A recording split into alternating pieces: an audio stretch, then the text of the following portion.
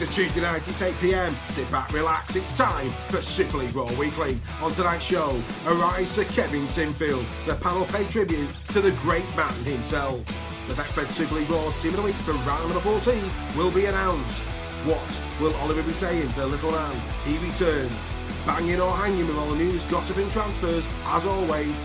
Dave's final thoughts got you all talking last week, but what will the topic be this week? You'll be finding that out very shortly. And of course, the battle of the top two kicks off round 15 at Halliwell Jones Stadium this Thursday night. We'll be looking ahead to what should be an epic clash. All this and more on tonight's Super League Raw Weekly. You just can't beat a better weekly. Let's roll the titles. This programme is proudly sponsored by BYD, the #1 electric vehicle in the world and the fastest growing brand in the UK car market. BYD and Super League Raw, building our dreams together. And the home of Super League Raw, the Bluebell in Warrington. Make this your pre and post game destination for the best food and drink in town.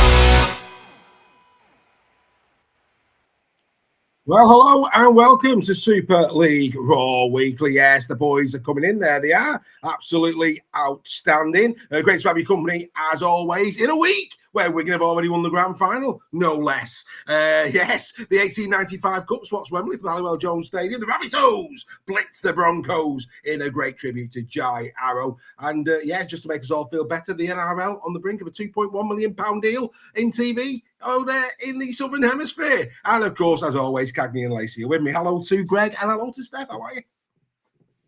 Good evening, sir. Are you well? Very well, very well. I just want to see you shopping now down the high street, but that's by the by. Good evening to Greg Roach, Rebecca Frey, Alex Sharps with us, Carl Shaw, Simo Volstagg, and the rest. Good evening to you. We hope you are well. We're sure that you are. We've got plenty to get through tonight. Just when you thought the show was done and dusted, they had to do new titles a lot. Yeah, talk about moving and shaking. So without any further ado, a change to the usual running order. It's time for Team of the Week. The Super League Raw Team of the Week is proudly sponsored by the Pentagon Motor Group. Visit their website today to find the make and model that you desire at the right price.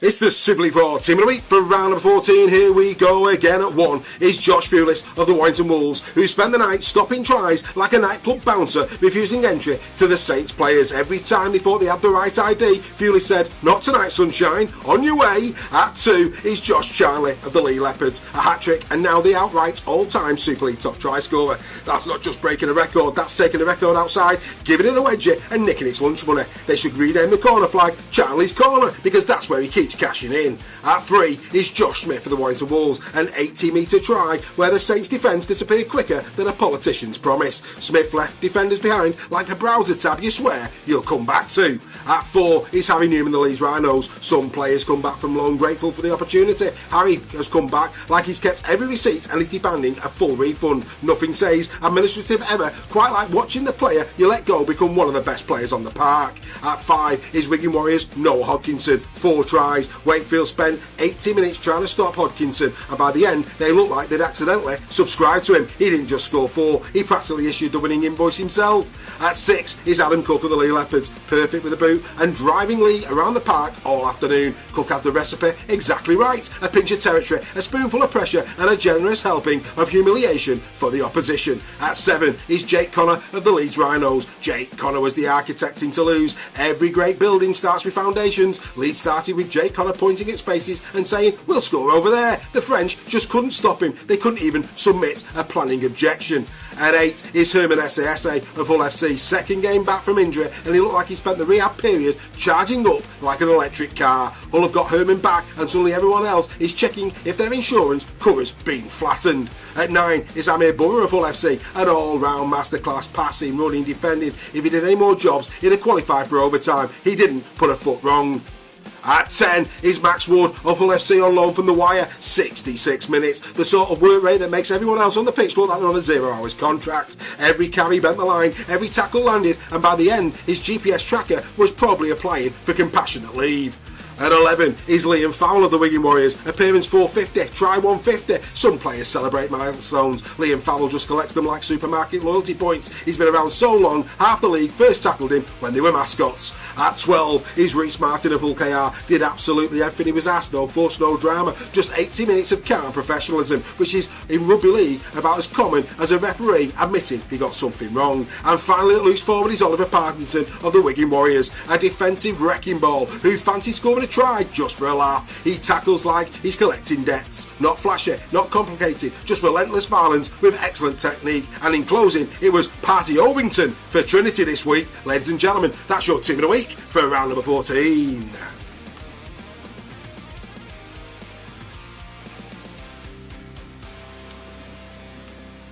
So there you go, the team of the week for round number 14. We'll get it out of the way right nice and quickly this evening. Round 14, of course, has been and gone. Greg, your initial impressions, not that you give them, for the team of the week? Yes, very good, very strong side. You know where I'm going to go straight away. Max Wood. What a performance on loan from Warrington. Many Warrington fans have questioned that decision, especially as we got injuries in the pack. Big Sam has come out and give reasons why. Max Wood is a long-term project, according to Sam Burgess. But you know, if he carries on playing like that, he's going to make a name for himself. Good to see Noah Hodkinson getting there. 4 tries. That was a superb performance. And Adam Cook, you know, we were berating him earlier in the season because he couldn't hit a barn door with a machine gun. But his kicking recently has been absolutely fantastic. And for me, one of the features of this round has not only been the tries scored, but the number of conversions that have been nailed this weekend. So yeah, a decent team that Dave. Josh Charnley, of course, going to the top of the try scoring charts. You know, what if he hadn't had a couple of years out in Union? Where would he have been? Well, he said we said right all down in Australia. But anyway, on that note, exactly, sitting down there thinking it's past the parcel and all that's left is the wrapper. Go on, Steph, give us a go. Your thoughts on the team? I think it's first of all, it's great to see Herman Esse back in the side. Big miss for Hull FC. Big miss for us as Super League fans. You know, he's one of our favourites, isn't he, Herman? So great to see him back in a great performance. I thought it was Oliver Partington's best game for Wigan since he's gone there. Really solid by him. And Harry Newman as well. There's a lot of us that he's a bit like Mikey Lewis, isn't he? You love him or you hate him, but you can't deny.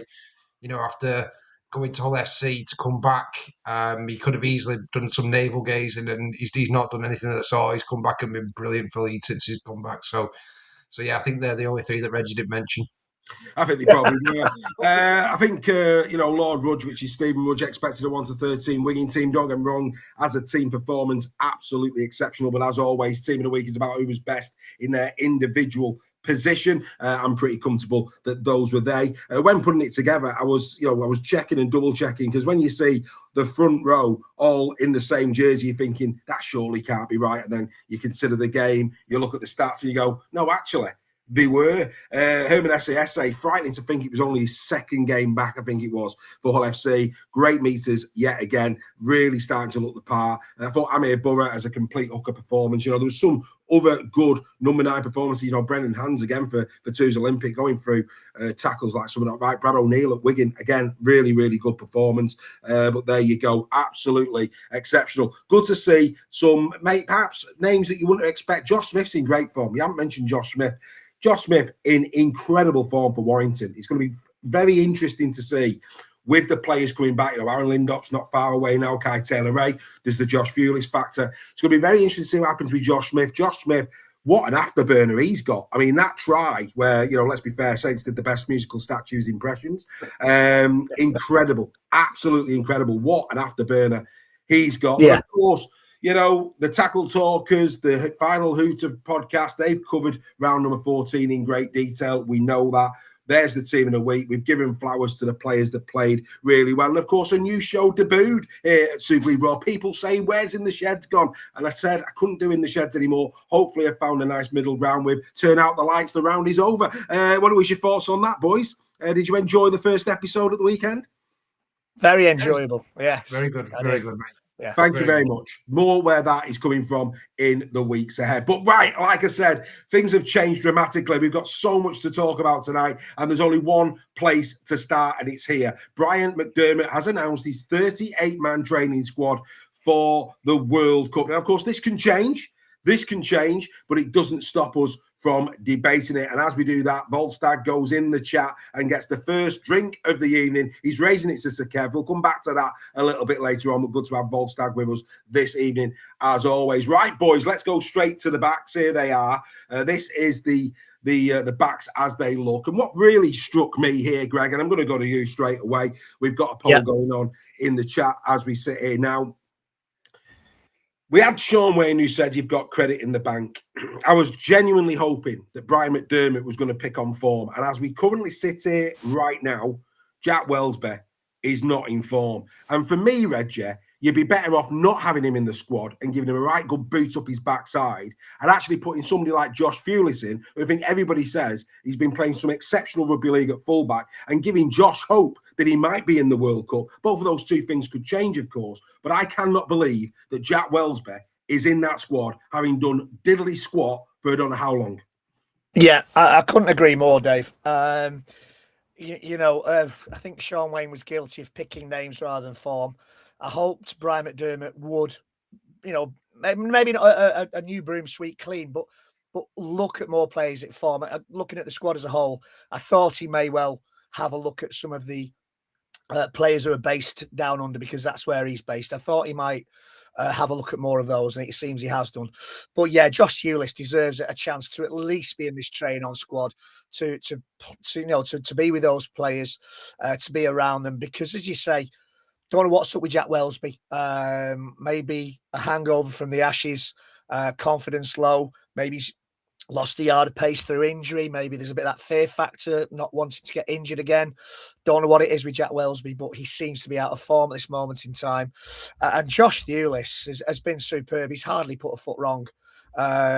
He can play on the wing. He can play at full back. He kicks goals. He scores tries.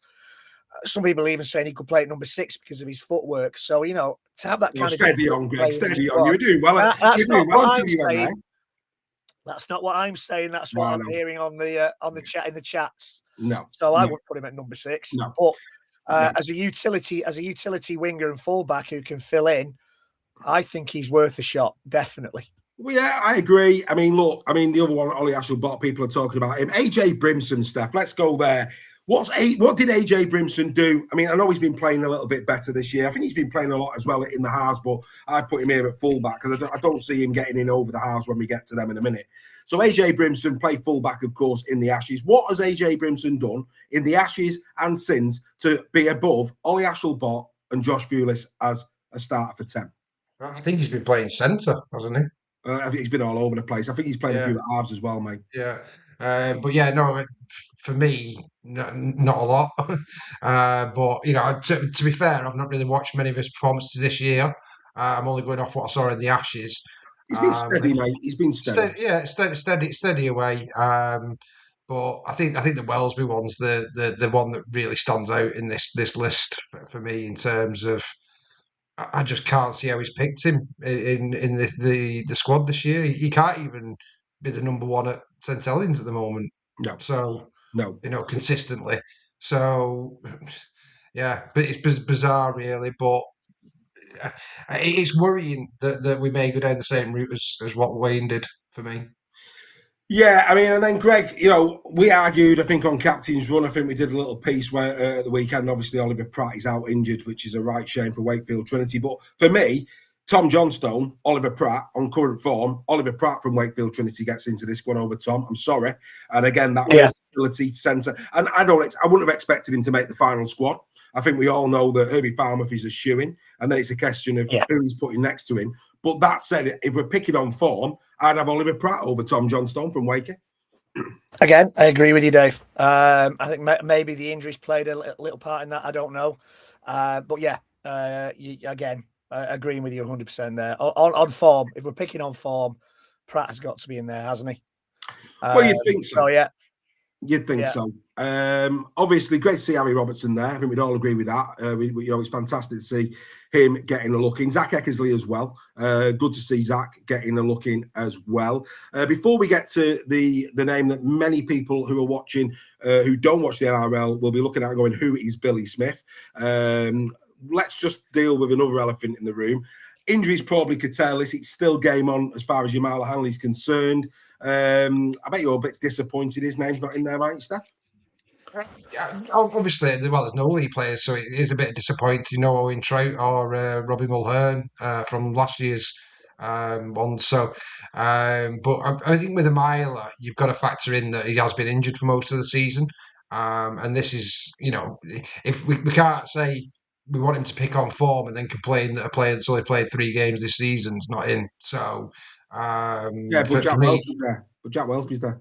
Well, exactly. But for me, I think Amila got, to use a Reggie word, the potential at the end of the year to get into this England squad. But he needs to do it consistently for the rest of the season for me before he is selected.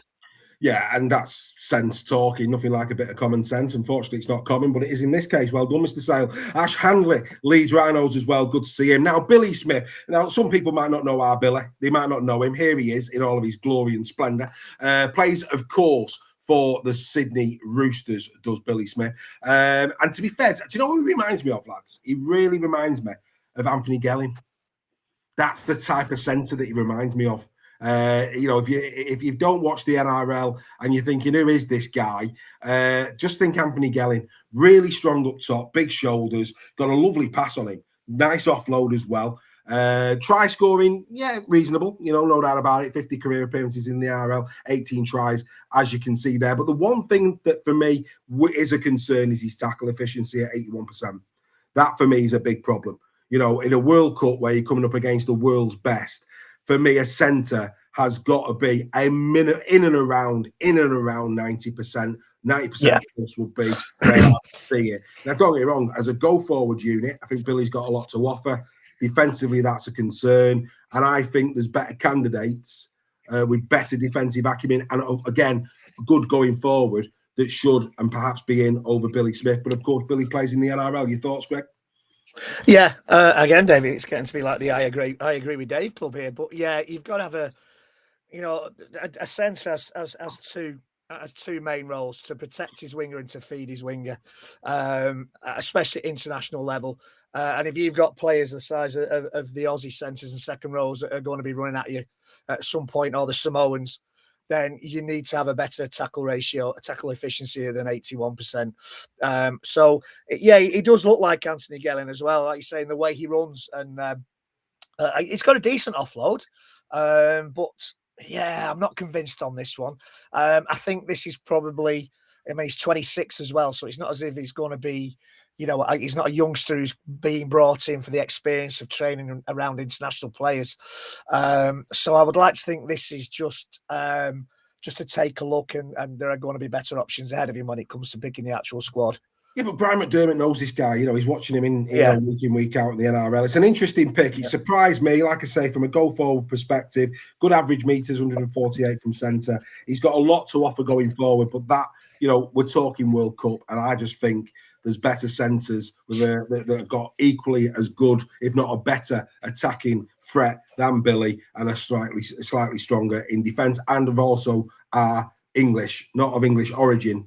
English is what as well that could go into the team. Just my thoughts. There you go. Right, let's get into this one, Steph. Here we go. The half-backs, and no real, well, say surprise. Jake Truman's there. Do I expect Jake Truman to go? No, I don't. But good that his performances for Wakefield have been acknowledged by Brian McDermott by him being included in the 5. Yes. I don't think he's done enough, to be honest with you. He's been good for Trin, but he's not going to get in over the others that are on that screen. So good experience for him. He may prove me wrong, but I'd be very, very surprised if he got in over the ones listed there. George Williams, obviously, he's going to list him because he's the captain, but that's that kind of a wing and a prayer that he's going to be available even to start with, which I know he's planning on being. Steph, if I can though on that, we've just gone on Jack Wellesby, mate. Right, what has George Williams done? You know, and I'm a Warriors fan. What has George Williams done in the last 3 years to be a starting halfback in the World Cup for England, other than credit in the bank, to quote Sean Wade? Yeah, that was what I was just going to come to. I don't think he has done enough. I think he was 50-50 for me whether he should have been in the last World Cup. And then you throw into it the injury, and a bad injury, what he's got in an operation. He's not going to have a full season under his belt. He's basically going to have to go through a mini pre-season to get ready for the World Cup. So I would probably have liked to have seen somebody else maybe get the chance. Maybe Jack Farrimond. Well, you'd argue the Lansdowne Trophy winner in the way he's played this year. If you're going to put Harry Robertson, I know Harry's a bit further down the track than Mr. Farrimond is, but yeah, why not? You know, why not? I mean, the interesting thing here as well, Steph, is the more you look at this, the more you go, well, has he got the fibre to put Jake Connor and Mikey Lewis in the same team in a World Cup? From an offensive perspective, it could be frightening, but there's always that other side of their game. Will he go? I mean, and they can be quite maverick. I actually think Connor has curtailed that, to his credit, I think, for the last 2 seasons. Yeah. But do you think he'll be brave enough to go with arguably the form 7 and 6? No, I think Harry Smith will start for England. I think we saw when he was out for Wigan what a difference that made. You know, they lost to Castleford and Huddersfield. You look at him when Harry Smith's back in that side, they look like world beaters again, don't they? So there's a lot that Harry Smith does that a lot of people miss, and how good that player actually is. I agree. So for me, he's the first name on the sheet for me in this England team. Fair play. I mean, great shout there in the chat. Absolute great shout by who are you? Merton PayPal. He's very good at deposits by all accounts. But he says Lewis Dodd should be in there. Yeah, that's hard to disagree with. That is hard to disagree with. If you're going to put, with the greatest respect, you know, an injured George Williams in there and a Jake Truman, that's hard to disagree with. Lewis Dodd playing well for Catalans, Greg. I was going to say that I was surprised Lewis Dodd wasn't in there. He's got a great partnership going with Sexton. and looking the player that you would hope he was going to be maybe in the NRL. I agree that Farrimond maybe should be in there. George Williams for me shouldn't be on the plane. I agree with you that the only reason he should be on the plane is if they're giving him a lift down there so he can start pre-season training. A freebie. A freebie. It gives a lift, hitchhiking on Manchester Airport tarmac. But I don't think George Williams will be near enough ready. Whether Andy Beebe says on his day he's the best number 6 in Super League. Well, that may be the case. He only has one leg. He's going to miss a whole season by the looks of it, and you can't go up in a World Cup. Other teams of other sports have made the mistake of shoehorning good players in after injury, and it's backfired. So let's get Dodd out there. Let's get Farrimond out there. I think Harry Smith, you're right. Harry Smith will be the starting 7. I think Lewis will be the starting 6. But I would like to think that Connor would get a chance to show what he can do as well. Well, I mean, look, it's like Andy can say what he wants about George Williams, but the bottom line is, you cannot, for me personally, you cannot compare Mikey Lewis and George Williams over the last 2 seasons in terms of output. You just can't. Facts are facts. Mikey won the Man of Steel in 2024, and his stats last year were absolutely incredible. And many would argue he was unlucky not to be in the dream team at 6 and get the Man of Steel again. So I'm sorry, but yeah, very, very bizarre. Right, let's move on to the hookers. No real surprises here. Well, actually one in the form of Jayden Brayley of the Canberra Raiders. That was one that might have surprised many people. We'll get to him in a moment. He for me, probably the Darryl Clark, Jayden Brayley, that could be interesting because of experience and the age profile of Jayden. I have to say that. If he's going to go for a more experienced, a player that's been around the block longer, if he wants to take somebody like that, then maybe Jayden could rival Darryl. I don't think he will. We'll get to that in a minute. But the ones that, for me, that Steph are in the box, we know Jezzy's going. Jezzy's going. He has to go. That's done and dusty. Danny Walker missed out on the Ashes last year. Brad O'Neill is getting great flowers.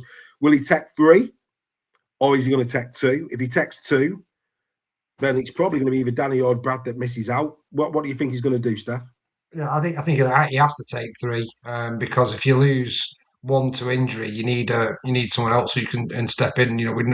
We need 3 hookers in the England side, and I think it'll be the 3 at the top of that list for me.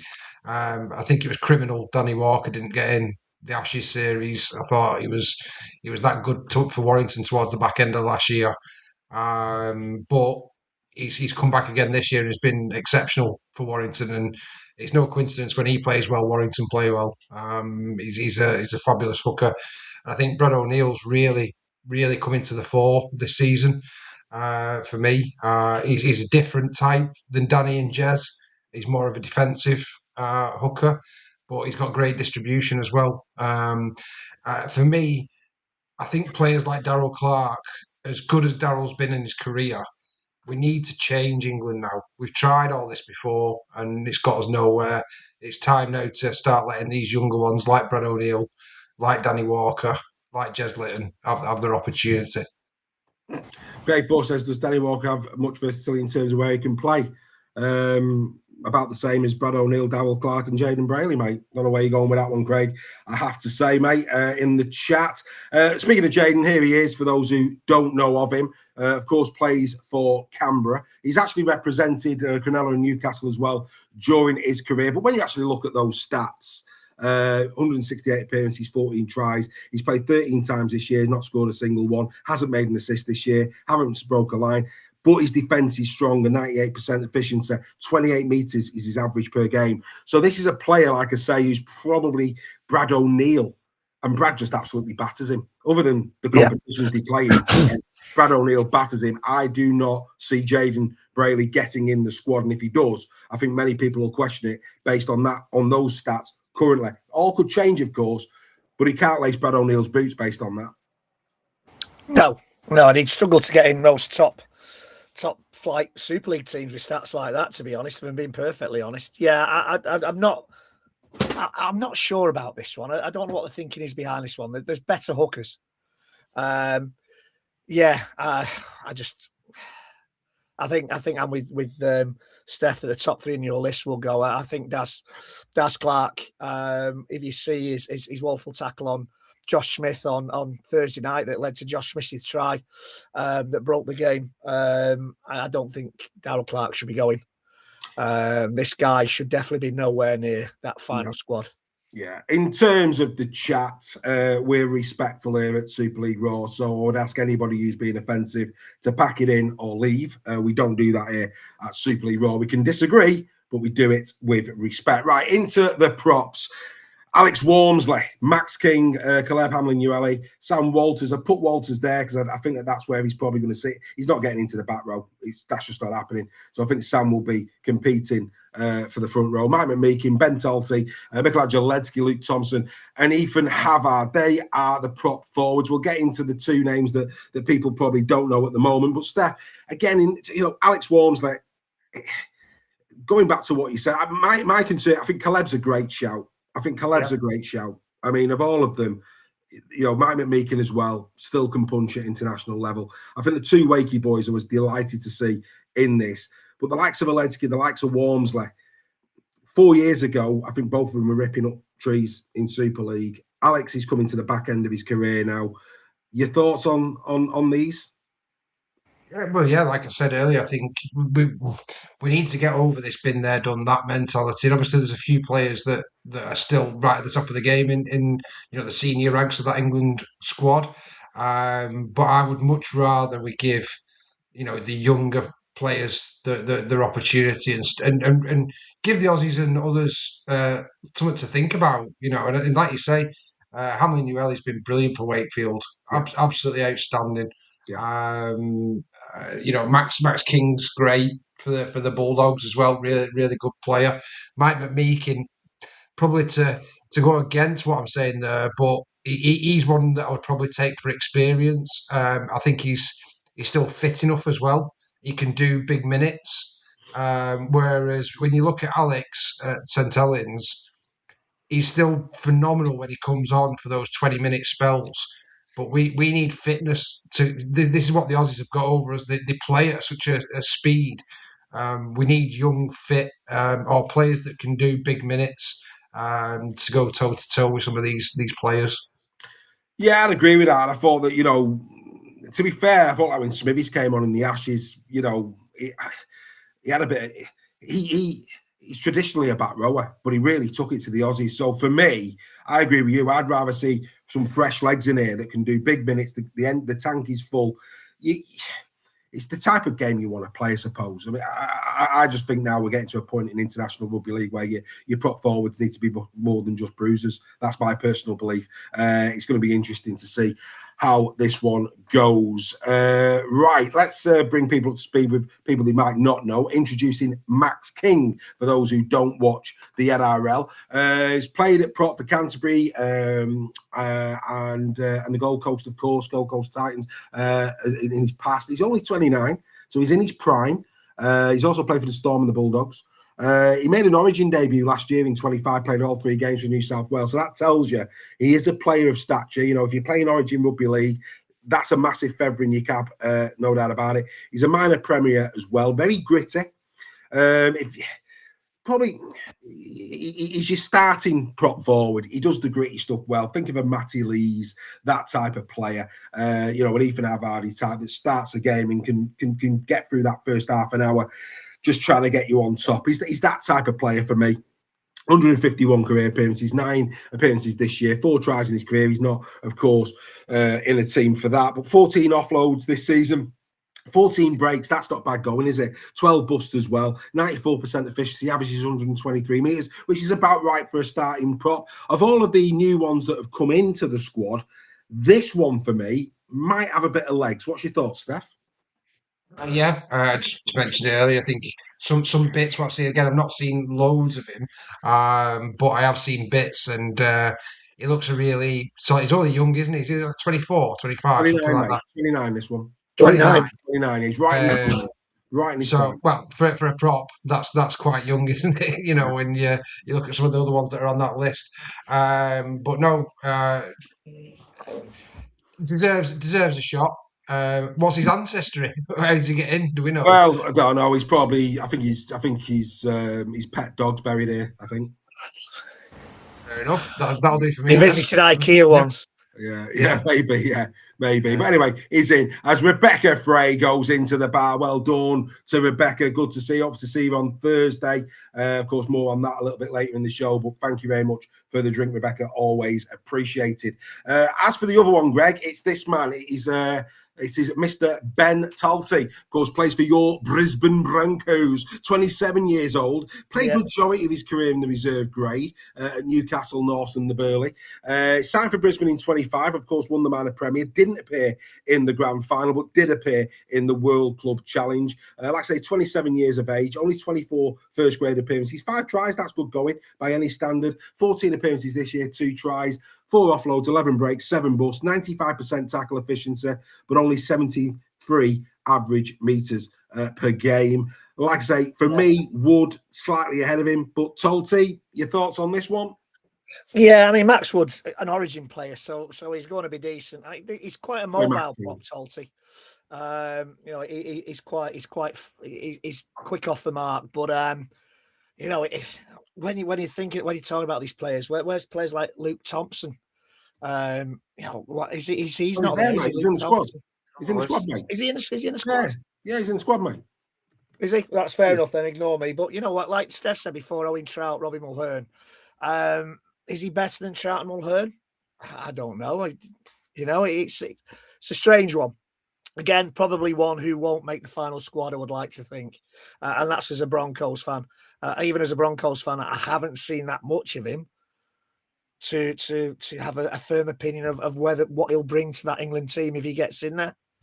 No, I mean, well done to Andy Bibby there. Great Googling. You're right. Max King was born in Huddersfield. It's this guy that was thinking about. He was not. He was born in Sydney. But anyway, that's by the by. But yeah, there you go. So they're the forwards. Like I said, I think Max has got a chance. I do. Be interested to see how he goes for the rest of the season in the NRL. Now we go to the back rowers. Dean Hadley's there, which is great to see. It's great to see. Of course, missed out at the Ashes. I think all of us were a little bit upset about that. He's going to need to be in great form between now and the end of the season for me to be in with a shout. But at least he's in the thoughts of Brian McDermott. I do think the likes of Smithies, Knowles, Insemba, Watkins, not Watkins, forget I said that, Radley. I mean, there's a case in point, Steph. Callum Watkins. Now, look, I know he's playing all right for Leeds in Super League, but World Cup? Really? I know. This is where, I mean, like I say, Callum's been great, and since he's gone from Salford to Leeds, I think he's been phenomenal for Leeds. Really brilliant move by him to go there.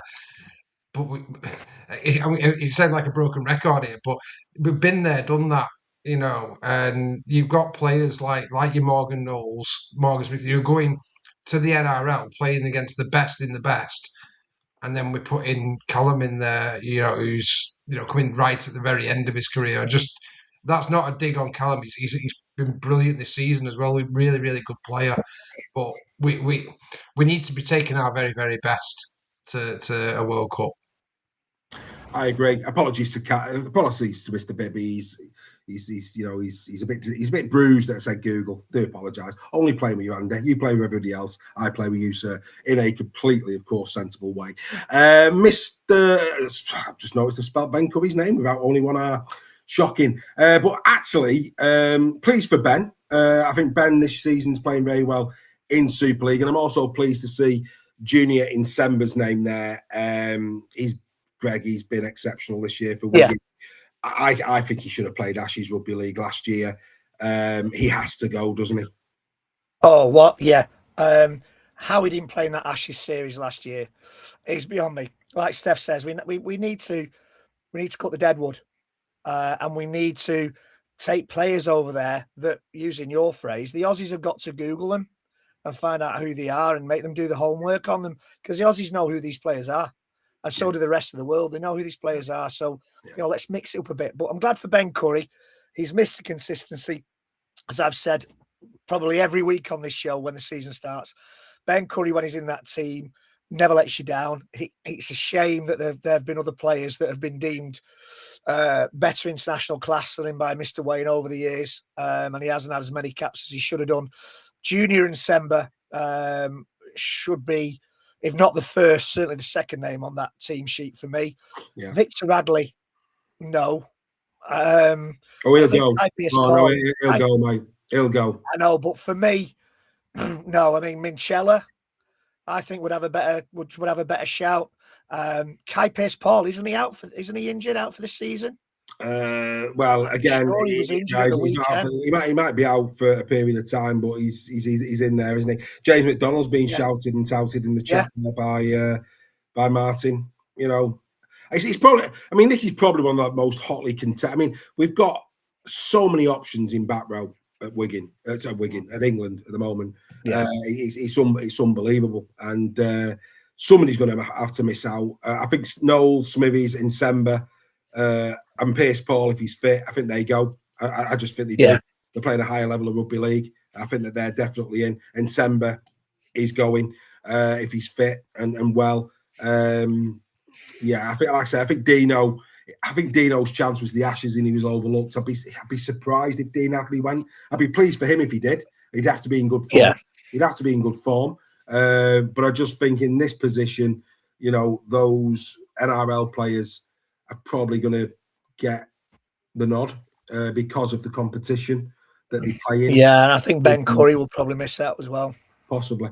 It's interesting. But I think, you know, what we would say, boys, in closing, I think there's a few players for me that are in there that are very lucky. And I finished where I started that England debate.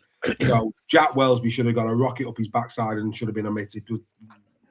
That's my view. Would you agree? Yeah, absolutely. 100%. I'm not saying that Jack won't go at the end of the season. I'm not saying that. But at the moment, no. You know, no. It beggars belief for me.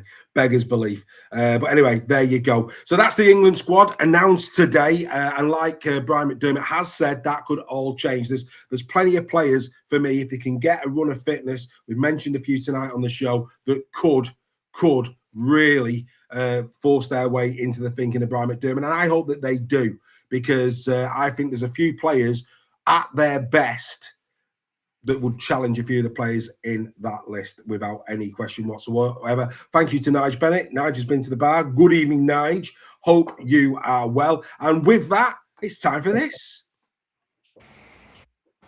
Banging or hanging? Yes, indeed. It's time for a bit of banging or hanging. Let's get through some news stories. And there's only one place to start, boys. Arise, Sir Kevin Sinfield. Oh, yes, at last it has been done. Before we give our flowers to the great man himself, it's only right and appropriate that we tip our hat to Neil Fox, CBE, and also Chris Brooks of the Wigan Warriors, who's got an MBE. Congratulations to them. But they, of course, do actually fall into insignificance. Not insignificance, that's wrong. But bottom line is there's only one story, and that is the knighthood to the great Kevin Sinfield, about to do his final 7-in-7 in time for the grand final. Long overdue, completely deserved, Reggie. Another tribute to a great man. And fully deserved. There's not a lot more you can say that hasn't already been said about Kev Sinfield. He puts it down to he just went out for a walk for his mate. Well, it's some walk and it's some money raised. I thought he said run. No, he said I just went out for a walk. You're thinking about when you do your 10K, mate. He runs, mate. You walk. I don't do 10Ks, mate. I do 10 centimetres. I just went for a walk for a mate, I think was the quote he said at Old Trafford. Before the World Cup final. But yeah, there's nothing more that hasn't been said about him. He's an absolute legend. He's been called Sir Kev for many, many years in these parts. You know, there's a lot of disgruntled people wondering why he wasn't knighted before, but I think he got his other gong, and you have to wait a number of years before you can then receive another gong from the King or the Queen. So yeah, fully deserved. A legend, not of just rugby league, a legend of sport, a legend for charity. He's doing so much hard work for the people living with motor neuron disease. You know, the centre they built in Leeds is testament to that. And let's hope they can get a cure for this horrible, horrible disease soon. Absolutely. Alex Sharp, that's disgraceful. Alex Sharp swearing in the chat. It's an absolute outrage, Alex. That's outrageous. Sir Kevin Sinfield, been said for years by Leeds fans, now the world. No. Sir Kevin Sinfield by Rugby League fans. By Rugby League fans, Alex. Come on, mate. Come on. What are you doing? What are you doing? Yes, he was a Leeds player, but we've been saying Sir Kevin across the whole family of Rugby League for many years. Deary me. Honestly, talk about wrapping his arms around him and trying to hold him close. Deary me, Alex Sharp. Shocking effort. Oh.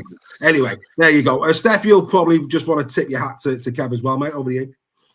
Yeah, I think it's for me. It's bigger than MND. And it's incredible what he's done for that. But in a world where we live in role models who flaunt themselves in bikinis on Love Island, I think this is a true. Are you enjoying the series, Steph? Are you enjoying it?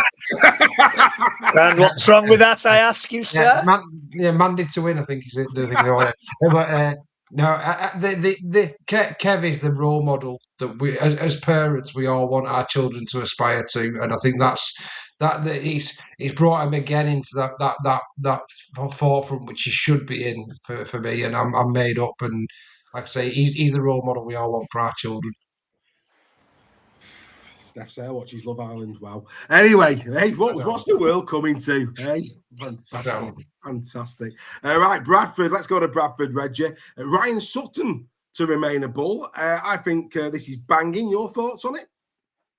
Yeah, agree. Yeah, he's done all right this season. They've got a nice little unit there. They need to build on it. They need to build on what they've started this season, and that's a good starting point. So yeah, banging for me. Absolutely couldn't agree with you more. Steph, Let's go over to the Castleford Tigers. It's been rumoured he was off. He's not off. He's staying until 2029. And I think there'll be a lot of our watchers. Of course, we've got a few Castleford Tigers fans that watch us. Jason, Gary stays to 29. Banging? Yeah, definitely banging. I don't know if there's rumours going around that they've had to pay York a transfer fee for him, which would be bizarre. Because apparently he'd signed for York and they've had to pay him to get out of it. I don't know if that's a rumour or if it's true, but that would be a bizarre thing. But I mean, that's hearsay and whispers, isn't it? But no, he's been brilliant, hasn't he? What a player he's turning into at Castleford, and I'm sure the Cas fans are made up. And in a season that's been up and down for Cas, he's been one of the shining lights along with Mapalangi as well, hasn't he? So I'm sure, like I say, Cas fans are made up that he's staying, and hopefully they can start to build around those types of players now at Cas, and Ryan Carr as well. Yeah, in the chat, 75% said that Jack Welsby should not have been selected for England this time around. But no, great. I just feel that edge. I mean, if there's one thing that Castleford Tigers at this moment in time can take out of this season, it's that left edge. Mapapalanga, Gary.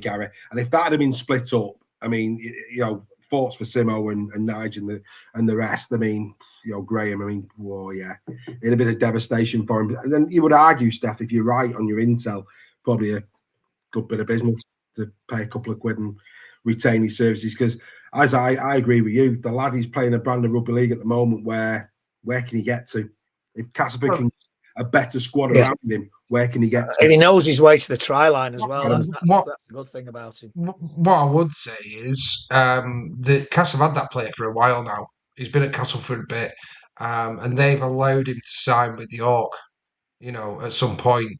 Now, for me, that's poor from them, and it's great that he's coming to a bit of form now, and it's great that they've got his services. But as a club, you need to identify your talent, don't you? But form is temporary, and he's had his injury problems as well. Don't forget he's missed big chunks of time there as well. So you can't be too hard on him. The good thing is, and don't distract from a positive that Cass have signed the player, and it doesn't matter if they've had to pay York a bit of a fee. No, it doesn't. I mean, I would have done exactly the same. I'd have done exactly the same. Right, let's go to the Catalan Dragons. A bit of news coming out of the Catalan Dragons. Eden Rogers-Smith has signed for the Dragons. This is an odd one. This is so odd. I mean, this is a player, 26 years of age, didn't make it in the NRL. He's been playing in Carcassonne. They brought him in, middle unit forward. I'm not sure about this one, Greg. What's going on here? Yeah. I don't know much about this one, I've got to admit, but it seems a strange move. I think I'm firmly going to stay on the fence for this one because I just don't know. It could turn out to be a Josh Smith kind of signing where he absolutely revels in Super League and rips it up, and it might not. So I'm staying firmly on the fence on this one, I'm afraid, mate.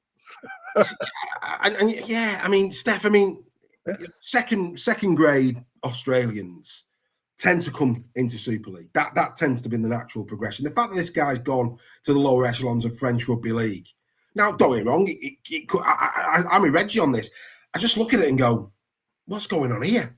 It just seems a bit odd to me. Yeah, it is, but they've obviously seen something in him. Don't forget, Tavita Pangai Jr. was playing in the French leagues, wasn't it? Yeah, but but hang on, caveat: he had made it in the NRL. He was quality in the NRL. Yeah. Rubbish at Catalan, but really good in the NRL.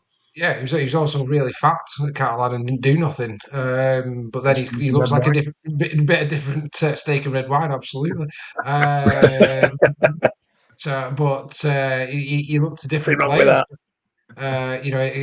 Against York at the weekend. So KR fans will be hoping that. But yeah, I don't know enough about it. A bit like Reggie, I don't know enough about him to comment. But for the game, let's hope he turns out to be brilliant. Yeah, let's see how he goes. It's come from nowhere, that one. Really, really odd. Apologies from Joel again tonight. Joel can't be with us. He sends his love to everybody. Don't worry about Joel. Joel himself is fine. He's just got more pressing things at this moment in time that he's rightly prioritising, and we send our love and best wishes to the Scholes family. Let's now get into this one. Let's go to Huddersfield in the absence of Joel. Zane Dudford has come in on an 18-month contract. This is a player that Jim Linehan knows well. Signed him before. This for me is a big signing because at this moment in time, Steph, we've seen Huddersfield signings haven't been great. This is one that Jim it's his first one, really. It needs to go right because he needs to bring players in that are going to change culture, change performance, change everything. And if his first one comes over and is a bit of a damp squib, that's not a good start, is it? No, I think that's looking at it half empty than half full. Yeah, let's hope for Huddersfield that it's a really good signing. I think for me, Huddersfield needed players like McQueen's, players like that that they had there who were, had a massive impact, and he needs to really start putting his authority into that club now, and the signings are obviously the most critical part of that, alongside culture. So what I'm not surprised it's somebody he's worked with before, because when you are trying to go into a brand new club, the first thing you're trying to do is change the culture to how you want it to be, because you can't be effective as a manager if you don't do that. So if he's worked with him before, he knows him well, then I'm sure this is going to be a really good signing for Huddersfield. So I'm going to go half full and say it's banging for them. Fantastic. A bit of optimism for the Cowbell Army here on Super League Raw. I think others might actually be giving them so many kicks at the moment. It's nice that Mr. Sale has given them some love. It's that Love Island rubbing off on him. He'll be going. I tell you what, Steph. I know you like a bit of ChatGPT. Put him in a bikini. See how he looks, mate. You know what I mean? Just saying. You like a bikini. Yeah, Mankini, yeah, put me in one of those. You Love Island man, I tell you. And I just can't believe that Mr. Sale is down with the kids and watching Love Island. Wonderful stuff. Mr. Nixon staying with the Huddersfield Giants. Yes. Hang on a minute, I've got a text. Oh, I've got a text. Steph knows what I'm talking about. Anyway, Marshall Land, 19 years old. 19 years, all the people know what they're talking about, the ones who watch Love Island. Marshall Land, 19 years old, has signed a 2-year extension at Huddersfield Giants. Now, this is interesting, because they really rate him, Reggie. You might not know much about the player, but with their problems at halfback, will they do what Warrington and what Leeds are potentially going to do next year and put faith in a young 19-year-old at the halfback position? Are we going in a new direction at Huddersfield? Well, do you know what? They couldn't do any worse, could they? Sorry to Huddersfield fans, but they couldn't do much worse than put... Good evening to Ilola. Hope you're well. Good evening, my friends from Huddersfield. Why not? Why not? And again, I'm gonna give them raps for doing this and say it's a banging signing, because it's bringing the youth through, it's giving confidence, and some faith in the youth. Look at George Flanagan, who's had a disrupted couple of seasons, but he's going to be a great player. And let's hope he's going to be a great player for Huddersfield, because they're going to start building around players, the younger players coming through, a bit like Warrington are doing at the moment, a bit like the teams like Saints and Wigan have done in the past and Leeds have done. Bring your youngsters through, build a team around them, and you've got the nucleus of a good team for 10, 11 years there that you can build on. So I'm going to say banging for Huddersfield and keep the faith. Let's hope the kid goes really well. Right, back to let's go to Hull FC, Steph. Scott Taylor is going to leave Gould Vikings at the end of the season, and he's going to go back to FC. Of course, an FC legend, a part of the Challenge Cup winning sides, of course, and also Nathan Mill, the St Helens physio, is going to be joining. So Steve Mack already planning for 2027. For me, in terms of backroom staff, 2 good acquisitions. These. Yeah, I think it's Tag, isn't it? They call him at FC. He'd done a really good job going to Gould. I think he was their first coach, wasn't he? There as they formed all that. Done a brilliant job. Done a bit of an apprenticeship there.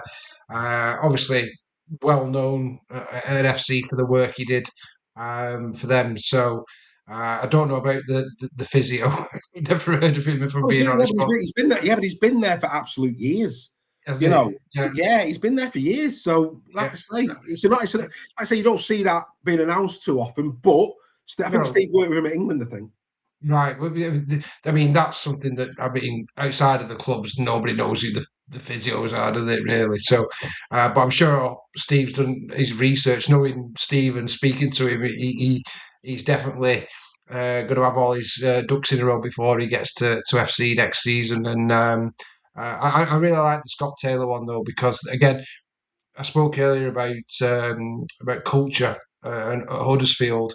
What Scott Taylor will bring to that FC dressing room is the right culture. So that's a really good appointment for me.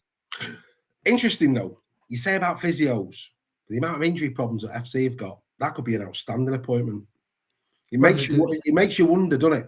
He's from the outside looking in. Steve's going, hang on.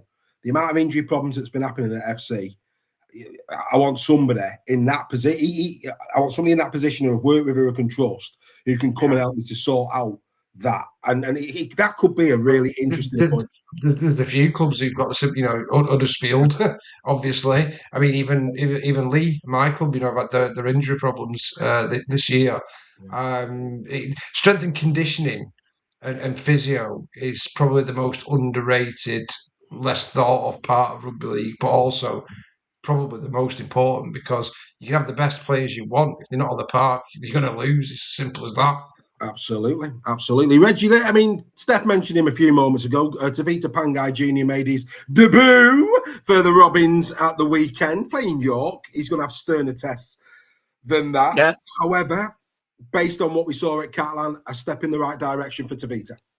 Steady enough. Yeah. Like you say, he's going to have a stronger test. York did have moments in that game, not many, but that's if you're going to make your debut, you want it to be that kind of a game where you can ease yourself in, you can find your feet, you can get to know your teammates, how they play in a game day situation. So I think as debuts go, he will have been delighted, and he will be looking forward to the challenge of meeting. And again, no disrespect, better teams over the coming weeks to see where, to measure himself against those. Absolutely. Couldn't agree with you more. Leeds Rhinos, let's go over there, Steph. We hinted at it last week. It's been all but announced. Morgan Gannon to return to the Rhinos for 2027. When you consider the losing James McDonald, this probably eases that pain a little bit, providing they can keep Gannon fit. Yeah, and that's been obviously, I think it's head knocks, isn't it, with Gannon? Hasn't he had some bad stuff like that? So, but the good thing for him is he's going back into a club what he knows well, so that should ease that transition back in. Great player, Gannon. I really rate him. I thought he was phenomenal when he was at Leeds, and thoroughly deserved his shot at the NRL. Not worked out for him for whatever reasons. I think it's mainly off the field, isn't it? He's not settled or whatever. So for him personally to go back to Leeds, I think is is probably the right thing to do. And will ease that transition back into Super League, where I think as long as he can, we don't want to see any player retire on medical grounds because of HIAs or whatever. So hopefully he can come back into Super League and really start with a bang again. Let's hope so. I think it's banging. Morgan Gannon on his best day, a quality player. Not much news out of Lee other than the fact that our matey Pape's got away with his points and he's fine. So good luck to Edwin, and that's pretty much all that's happened at the minute in Lee currently. So let's go to St. Helens. First of all, Greg, Johnny Lomax. Let's hope and pray that this isn't the end of Johnny Lomax. It'd be such a tragedy with that history in the game that this is the way he's forced to retire. Yeah, it looks such, from what I saw, it looks such an innocuous challenge as well. He's had his, he's had his injury problems over the years, and he's a great player. It's probably stopped him from becoming, one of the best players to play Super League. The fact he's been struck down by injuries so many times in his career. What a shame. I hope he comes back. Personally, I probably think we may have well seen the last of him, unfortunately. But it looked bad at the time. Despite the injuries he's had, he doesn't go down easily, Johnny Lomax, and you could tell, and he could tell as soon as it happened that he was in trouble. So best wishes to Johnny. Gutted for him. I think that did have a big bearing. That did have a big bearing on the game as the game went on Thursday night. Hope it's not the last we've seen of him, but as Steph said before, your own health, your own welfare, it is far more important. On behalf of everybody associated with Super League Road, we wish Johnny nothing but the best. Let's be fair, a St. Helens legend of the game. He's been there, done it. He's got the t-shirt. We wish him well. Before we go off Saints as well, breaking tonight, Mr. Nixon, Craig Richards, he's, I think, taken a backward step from the women's game, and he's going to be the Pathways Academy and Pathways coach now at Saints. Your thoughts on that? Yeah. Well, I've only just heard this one myself, so I think he'll do well. He's got a bit of a standing in the game with being the ex-England coach, and the Pathways, they've got some, as I know on a personal level. They've got some really, really good players coming through, both men and women coming through. So I think he's probably the ideal person with that experience he's got of knowing what it takes to be an England player in the women's game. I think he's probably the ideal person to do that and guide those girls through. So for me, no. That's a good appointment. Men's side. Like I say, I've only just heard this. But anyway, all of those attributes you just said, exactly will do well in the men's game. Yeah. Fair enough. Oh, yeah. There you go. Nothing like being a bit raw. As per the name, a little bit raw. Let's go back to Steph and allow Greg to wipe the sweat off his brow for putting him under so much pressure. Toulouse Olympique, Mr. Sale, Michu Jasson, signed till 2029. We've been saying for the last few weeks, other Super League clubs would have been looking at him. I think on top of Ollie Ashelbot signing until 2030, this is exceptional business from Sylvain and Hulez. Yeah, I think Jasson, Bott, and Laguerre have probably been hands. Yeah, been he's got great hands in, great distributor. I think they've all been great for them. So, what Toulouse need to do, obviously, as part of their plans for next season, is keep hold of all their good ones. Like I say, I fully expect Hans and Laguerre. Bott's already done his deal, hasn't he, for long term? They need to build that club around those four players for me. So they've already started to do it, which is great. And then I'm excited to see, with a full recruitment cycle and full funding, what those with them and York as well and Bradford. So it's exciting times for those clubs, I think. Absolutely. Great to see him retaining the best of the talent Absolutely wonderful. Great for the comp. That's what we want. We don't want the best of these teams that have come up being, picked off by other established Super League clubs. To grow the game, to make it competitive, they need to retain the best talent. Absolutely over the moon for Gissom and for Toulouse. Our Toulouse fan in the chat, we are on every single Tuesday at this time. And don't forget the Captain's Run. If you like this, you'll love the Captain's Run as well. Into the analytics ahead of every game. That will be going out in France, I think, at 7 p.m, 6 p.m. here in the UK. Right, let's go back to Wakefield Trinity, and they've been hit by some injuries, Reggie. Ollie Pratt, 8 weeks out, shocker. Hall, he's still going to be gone for a month, and Mason Leno, 5 weeks.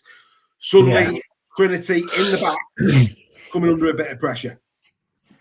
Yeah, it's a shame, isn't it? It hits them at the wrong time of the season, just as things start going and final positions are going to be kind of cemented as we go into the playoffs. I mean, they've had a great season. They've had a great 2 seasons, Wakefield. It's just a shame that the injuries have hit them at this time. They might unearth a gem who can come through and ease that problem. But yeah, you've got to feel for them, especially after that. The drubbing they got by from Wigan the other night, which we kind of thought the game was going to be a bit more even than that, but it turned out it wasn't. So yeah, they are big blows for Wakefield's hopes of getting into the top 6. Yeah, I mean, and credit to Wigan. Wigan were exceptional. Absolutely. Oh, exceptional. Yeah, without doubt. Absolutely exceptional. Winning the grand final like they did at the DIY, absolutely incredible. Wonderful. Absolutely marvellous. But anyway, I'm only joking. But yeah, brilliant performance. Outstanding. And look, I think, to be fair, Wakey, Ollie Pratt's the one. I think Leno, I think Sinfield, again, he's played a couple of times against Wigan. That's been a step too far currently, but he's had some great moments in the early season when Leno was out the last time. I think they're all right there. I think they're okay there. I think Sinfield has shown that he can carry him, especially through when they're playing those teams in the bottom 7. I think they'll be all right in that position. But the one for me is Ollie. Ollie Pratt has been so vital to Wakey's output this year. That is a big, big blow to Wakefield Trinity. It'll be interesting to see how they go. Absolute hanger for the Trin. Over to you, Mr. Sale. Burgess appears to be staying at the Warrington Wolves, but we've talked about that before. So the real one, I think, again, we wish him well. Zach Gardner, just come back from injury, out for the season, hanging for the kid. What a shame. Yeah, absolutely soul destroying. When you put all that effort in to get back, especially as a young player who is desperate for an opportunity, it was a dislocated shoulder he got. Yeah, they got it back in, but by all accounts, the damage needs surgery. So, but he's young enough to recover from it. There's obviously a player there which Warrington have identified for him to even get his opportunity in the first team. So what he needs to do now is just get his head down, get on with recovery. I'm sure the club and the players will get around him and really encourage him to do that. But it's the same with Lindop, isn't it? Kai Taylor, all these lads that could really benefit from an extended run in that first team and being given the opportunity to do so by a coach who's willing to put them there. It kind of makes it a bit worse, doesn't it? Because we've got coaches in the league that wouldn't even put these young players in. They'd sign, a 34-year-old Australian to come and cover those positions. So it's gutting for those players that are being given opportunity and then they get an injury like that. So, but yeah, speedy recovery to the lad. He's got a massive future in the game, and I'm sure Warrington as a club will get around him and support him. Absolutely right. People who know, Greg. People who know, they know. We are, we call it straight here at Super League Raw, regardless of shirt colour, creed, whatever you are.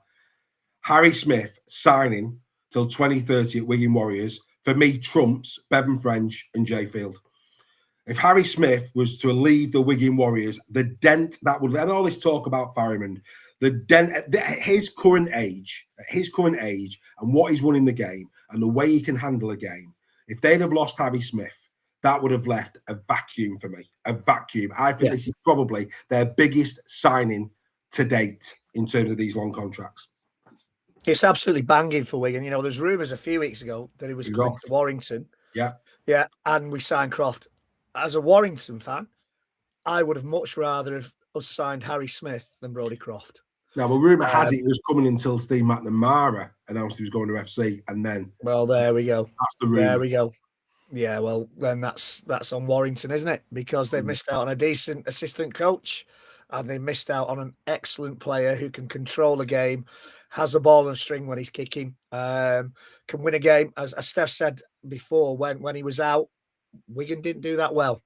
He's instrumental. It's absolutely, this is a great deal, great bit of business for Wigan.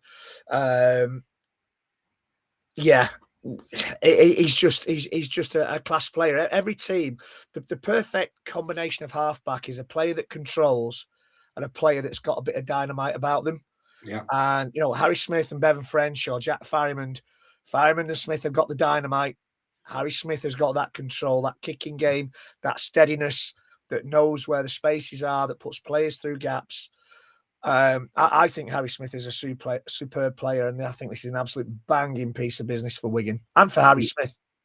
Yeah, delighted for Harry. He'd have been gutted to leave Wigan. Gutted to leave Wigan. Great bit of business. And for every banger at Wigan, there is a hanger. Ethan Havard also has had a broken jaw. So Ethan Havard has gone down with a broken jaw. It's been announced today. He's had surgery. Yeah. He's going to have surgery, Steph. And this is hanging, isn't it, for Wigan? And for Ethan, because, again, going back to the England squad, he's going to miss a very big chunk of the season. This could have just basically lost him the World Cup. Yeah, well, I think first of all, it's an absolute no-brainer that any injury to any player in Super League is hanging. We don't want to see any player being off the field. We want our best players on the pitches all the time. But yeah, for him, like with Lomax, and a broken jaw is a horrible injury, because you're basically having food through a straw for eight weeks. So yeah, but excuse me. Quick recovery to the lad. Hope he gets better soon. Absolutely, we all do. And then finally, we've been all around the grounds. How good has that been? York Knights. What a vote of confidence, Greg, for the likes of Harris, Hunter and Igano, that Danny Richardson has been allowed to go on loan to Widnes until the end of the season. That's a massive vote of confidence for those other three at York. Of course it is, and it's also good for Richardson as well. They'll get some game time. Great for Widnes that they'll get a very, very good player in Danny Richardson. Maybe not great signing for Widnes. Top level. It is a brilliant signing for Widnes. So banging for Widnes, and it's good to see these players being given the head and being given the chance. And again, as I said about Bradford, build around these players. Build on what you've got. You've made a solid, if not spectacular, start to your Super League lives. Build around these players and build that squad and progress like the Wakefields, like the Hull KRs, like the Lees have done over the last few years. Building around players like that. So banging all around, I think. I couldn't agree with you more. And somebody's just on the QR code. Many reasons to become a member. If you're on your phone or on a tablet, when you go there's a little blue arrow. It gives you all the member benefits that you can have here at Super League Raw. Got a couple of bits that we're going to go through a little bit later with regards to that. Would be great to have you part of the membership. Would be great to have you as part of Tackle Talk or as Hooter, and also the Captain's Run. And that's an interesting one. The Captain's Run this week. Lauren, brand new member, Catalan Dragons fan. She's going to be joining me this week for the Captain's Run. That's going to be very interesting. Great to have Lauren on that. She's been outstanding on Tackle Talk. Looking forward to her company this Thursday for the Captain's Run. Right, boys, there's something happening tomorrow. There's something happening tomorrow. Do you know what that is? Shocking. Yeah, the second test. State of Origin. State of Origin. No, Championship will believe with Craig Lingard and Dave. Hey, 7 p.m. 7 p.m. tomorrow night. Championship will believe with Craig Lingard and myself, talking all things Championship, 1895 Cup, and all of that good stuff. But the boys are right. The boys are right. Origin is back. The Blues 1-0 up after what was an incredible. Oh, let's just have a roll. Oh, yes, beautiful. That's what rugby league's all about, ladies and gentlemen. What a game one. What a game one. Just for those who didn't watch it, or just to relive the moment, the first half, a bit of Ponga, a bit of Walker. It was beautiful. Absolutely marvellous first 20 minutes from the boys. And then Ponga gets a red card. Silly boy. Before you know it, back come the Blues. Some beautiful tries, some big hits. Oh, the only thing that was damp was the weather. Incredible. And we get to do it all again tomorrow. Oh, yes, 10 o'clock. Sky Sports. Bring it on. The Blues have got their squad out for this one. And again, Dylan Edwards not in. James Tedesco, I think, was always going to keep his place in the team going into this one. But yeah, there you can see it at number 8, Steph. At number 8, Payne Haas is back for the Blues, and Steph's gone. So I'll ask you, Reggie. He's decided that he's going to do one. He's got that excited. He needs to go to the little boys' room. He's that excited. So me and you will talk about it. Payne Haas, yes, number 8 for the Blues. Big moment. That. Yeah. Oh mate, I mean, there's nothing more you can say about this guy. He's an absolute beast. He's a class player. I'm still having nightmares about Tedesco. I must admit, but yeah, it's good. It's good to see Payne Haas back. You know exactly what you're going to get with him. There's no airs and graces about this guy. He does what he does. He does it well, and he puts the opposition on the back foot. Do you know what? I think this is a strong New South Wales team. I really, really do. Yeah, Alex, that's the kickoff, mate. The build-up starts at 10. Come on, Alex. You've got to build up, mate. 10 o'clock start. Done the NRL way.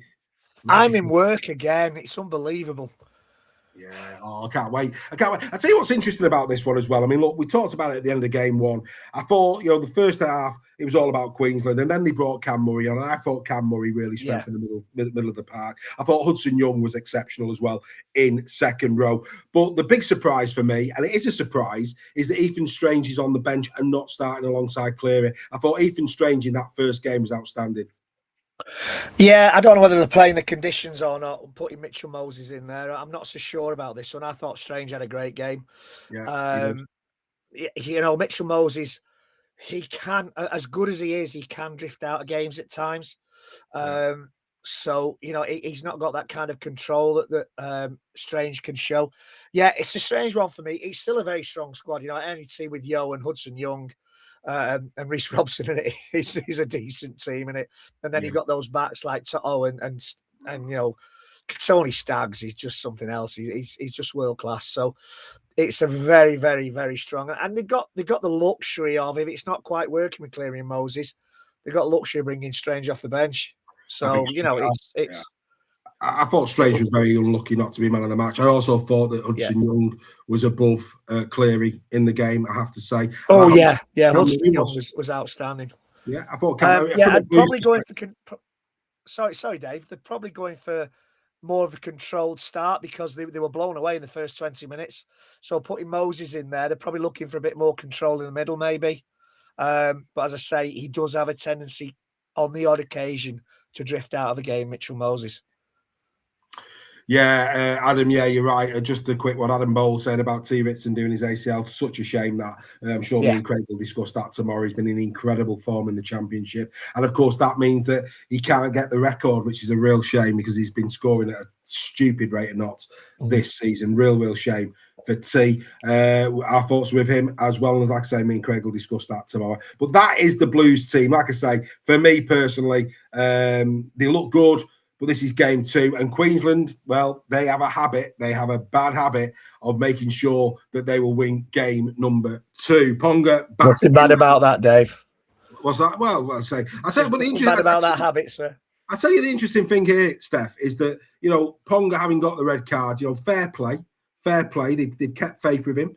Reece Walsh is back there on the bench. You can see that. And there was a lot of people down under surprised that Reece Walsh wasn't recalled, not because Ponga had a bad game, but because of that indiscretion that ultimately, for me, led to the defeat in game 1. So fair play for them keeping him in position.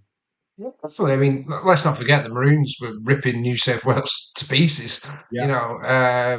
Their attacking play was phenomenal. Led by Sam Walker, I thought was absolutely outstanding, and for them, absolutely brilliant. So I'm not surprised because that team would have won that game had it not been for that red card. I'm 100% convinced of that. And Cleary was great for the last 15 minutes.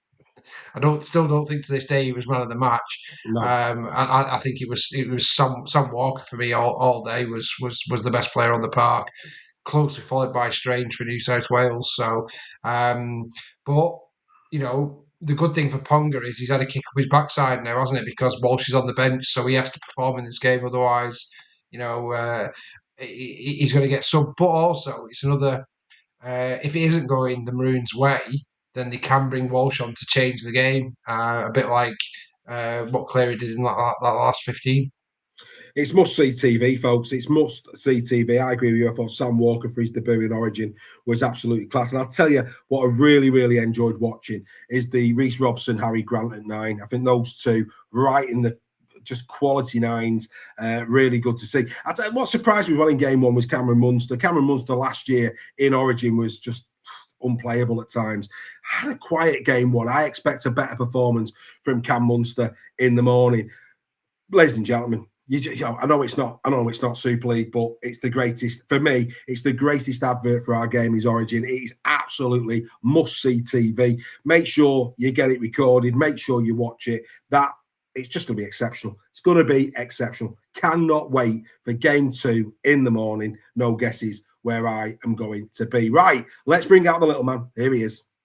What Would Oliver Say is proudly sponsored by South Coast Lane Carpets. From shag pile to vinyl, nylon to wool, you are guaranteed to find the right fit for your home. Contact them today and tell them Oliver sent you.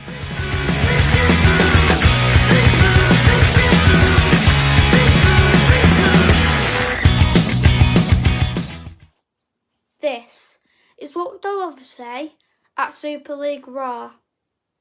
This week, I want to talk about Doro and the issue we had with the mouthguard.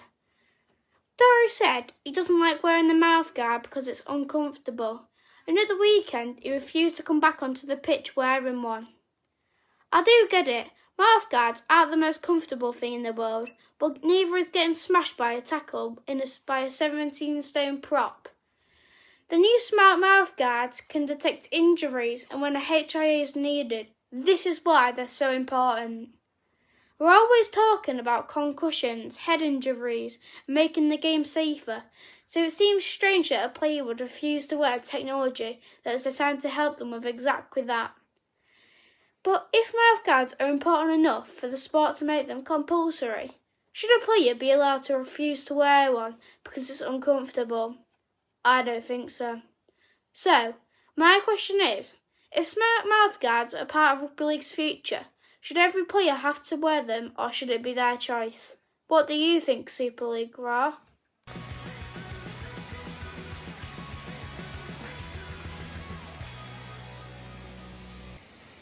So what do we think, Super League? But all I'm going to say is this, that the brand is in safe hands. You know, when I curl up my toes, you just know that lad will take over at some point. What a suit. I mean, for a kid of that age to be able to summarise something like that as eloquently as he did. And then, we've got to suffer Greg talking about Craig Richards being the women's academy, pathways and not men's. You did catch me by surprise. Reg, the research that he's done there, the professionalism, Reg. I'm just saying, it's a privilege to be in his company. Me now, Dave. Tuesday night's back. You won't be giving me. You won't be going to the bar on Thursday, will I? Anyway, that's bar to bag. I never do, mate. I never do. I think it's a great case in point. I mean, look, the thing for me here, lads, the thing for me here is what's the coach's view on this? I mean, I'll come to you first, Steph, because you've had a few of these this year. In terms of it failing, it's a bit different to what happened with Aribi. You've had it where it's failed, haven't you? Your thoughts on what Ollie said and this topic in general. What's your thoughts on it? It's not compulsory. The players don't have to wear them. No. But if they choose not to wear them and they get a head injury and come off, then they can't go back on. That's the rule. So there's consequences for them not doing that. So that's one side of it.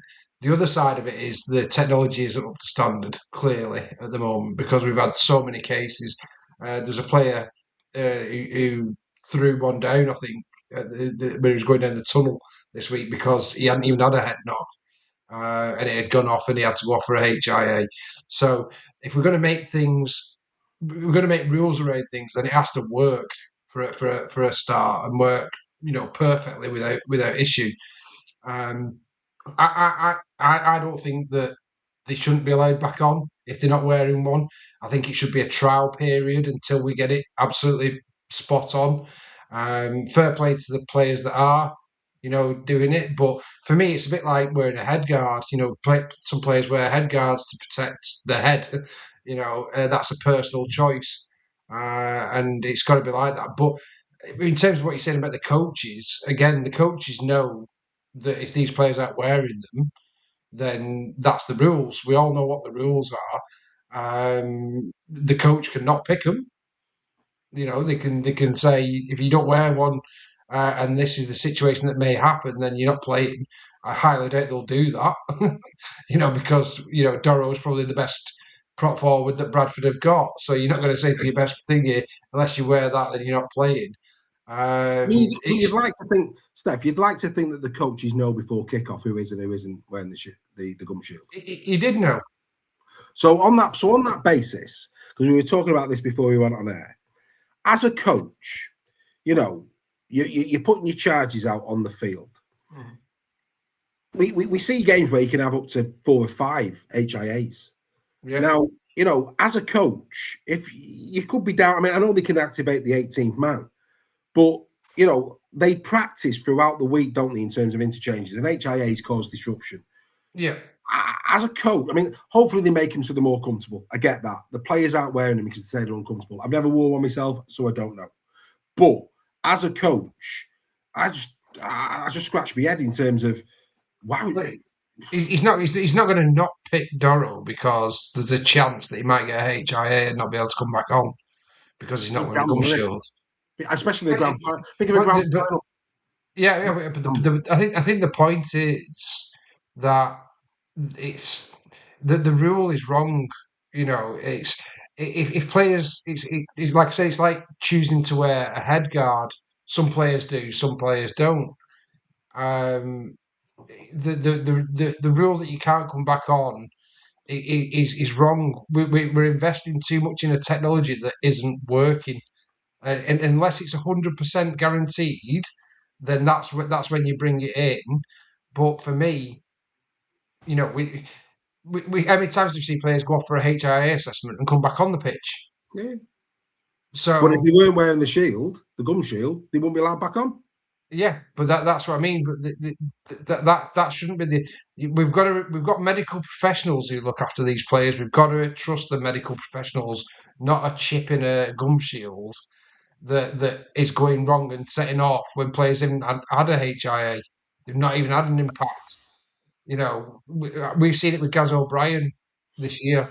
Gaz gets a lot of head knocks, but then he doesn't get a head knock, and his gum shield goes off. His gum shield went off when he was walking down the tunnel. Yeah, bizarre. Yeah, and this is affecting outcomes of matches.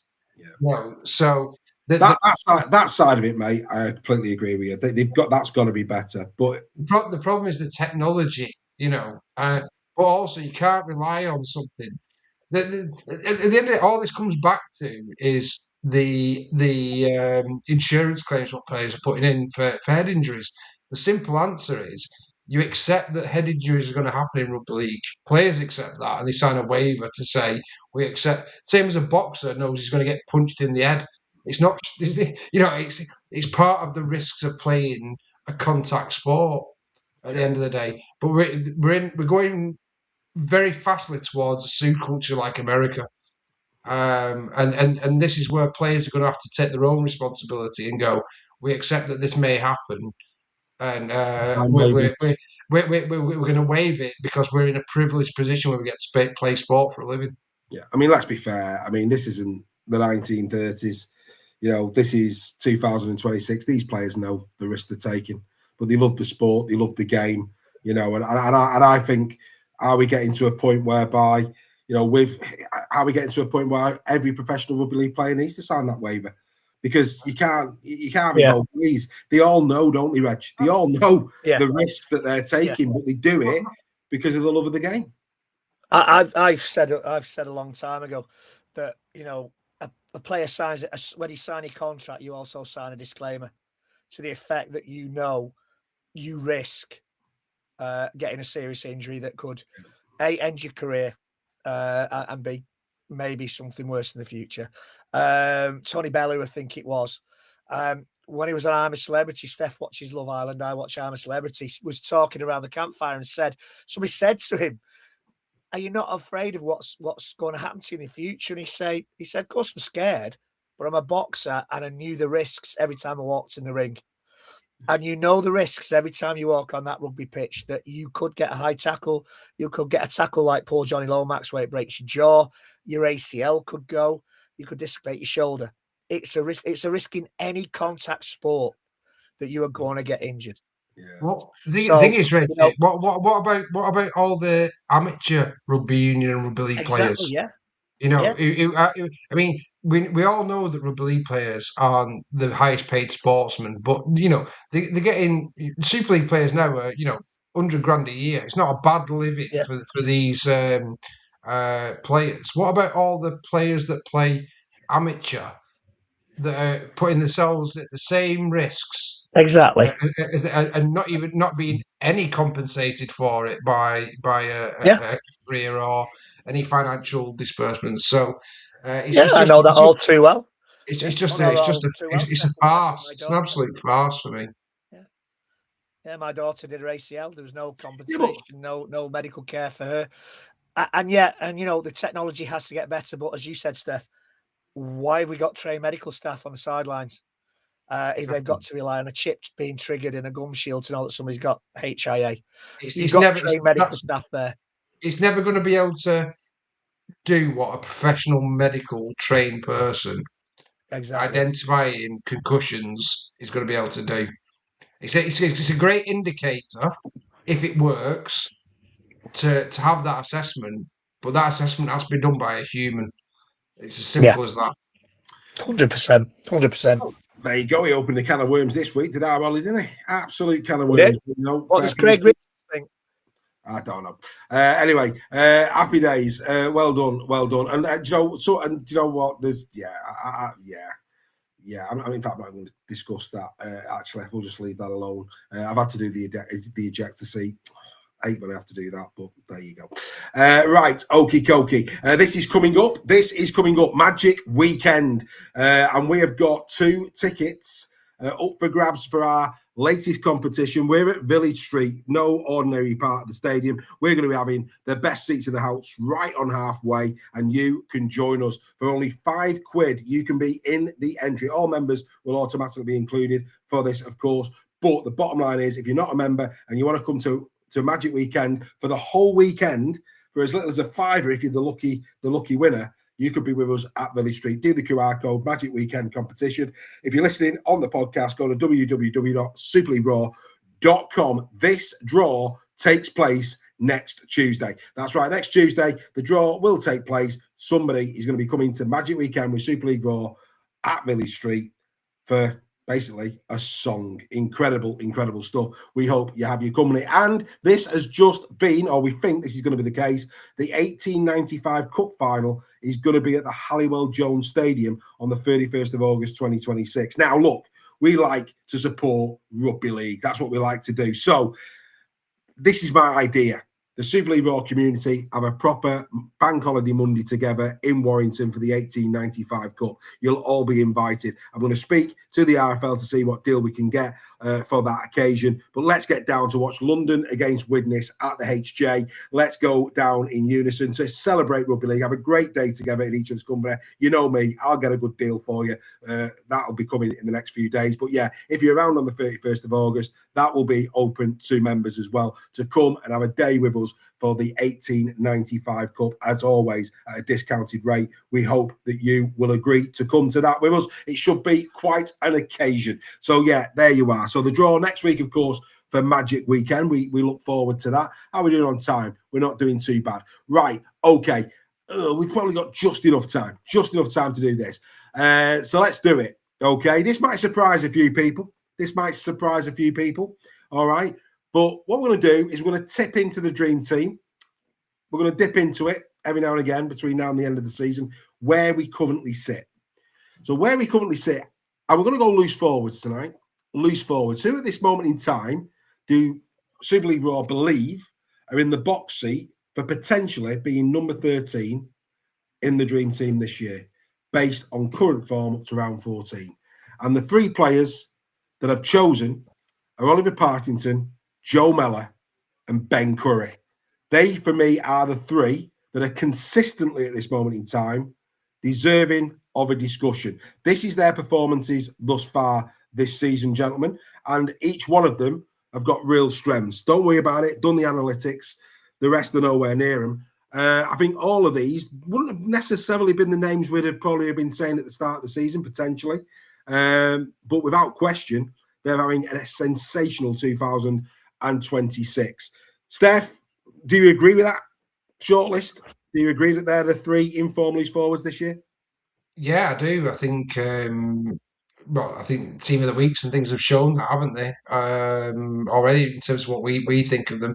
Like I said earlier, Ollie Partington thought he had his best game of his career at Wigan in the last round. Joe Mellor's been outstanding for Bradford, real talisman for them, and Ben Curry been unbelievable. He's rolling back the years, isn't he, at Warrington? And when you speak to like yourselves and other Warrington fans, you see what they think of Ben. So yeah. What put into that thing would be like your Cam Smith at Leeds, Minchella, Leo at Lee. But I think these 3 have probably outshone them, and I'm not surprised that you've highlighted them there, Dave. Yeah, they are, mate. At this moment in time, from a consistency perspective, these 3 are the 3. There's no doubt about that. Reggie, I know that you'll be a big advocate of Ben Curry, but Joe Mellor at Bradford, I know he's played 3 games less than the other 2, but when you look, he's played 3 games less. He's scored 2 tries, made 3 assists. So that's 5 direct involvements in tries, which beats the other 2. His breaks are as good as anybody else. His busts are the highest. His tackles, only Curry's done more, but he's played 3 games more. I mean, if Joe Mellor can stay injury-free and carry on his form, I tell you what, it could surprise many people that Joe Mellor's number 13 in the dream team. Do you know what? He's a very, very underrated player and has been throughout his career. And the biggest compliment I could give to him is that when he's not playing.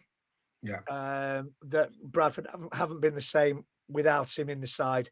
It wouldn't be a surprise. I don't think he will. I've got to be honest. But I've long been a fan of Joe Mellor. I think, as I say, he's one of those players that you know what you're going to get from him. He's consistent. He does the dirty work for a loose forward. You don't often get loose forwards that do the dirty work. They're kind of they're just a bigger halfback in a lot of kind of teams. But he gets stuck in. He makes the yards. He creates. I like him as a player. But yeah, you're right. I'm slightly biased towards Ben Curry. I would love to see Ben Curry in the dream team as a reward for the consistency and the fact he's come back from 2 very, very bad ACL injuries that would have ended a lot of players' careers. And he's had a new lease of life under Sam Burgess. The one thing I can say about Sam Burgess, he moved him from the second row to loose, and he's had a new lease of life under Sam Burgess. Yeah. Ollie Partington is more of a defensive kind of loose forward.